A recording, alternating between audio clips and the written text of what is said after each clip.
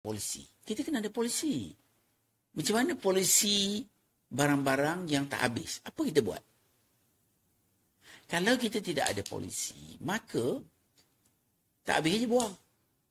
Jadi kita nak, kalau saya minta yang ambil kesempatan ini, minta semua Jabatan Kerajaan, minta semua pengusaha-pengusaha, minta semua agensi-agensi semua pihak lah untuk bulan puasa ini kita boleh cuba.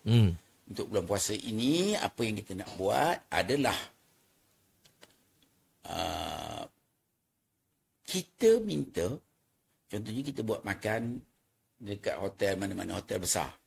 Dekat hotel besar ni dia order makan katakan 1,000 orang, yang datang katakan 500. Okey, 500 jadi apa? Boleh bawa balik tak?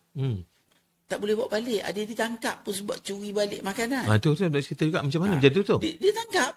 Pasal-pasal pun kau ambil.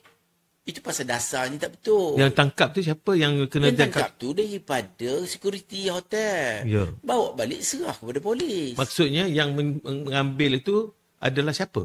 Adalah kaki tangan hotel yang dulu dia baru kerja. Ni ada beberapa kali berlaku mengadu pada kita. Dia bekerja di hotel. Dia baru kerja. Sebenarnya di dapur pun tak ada makanan.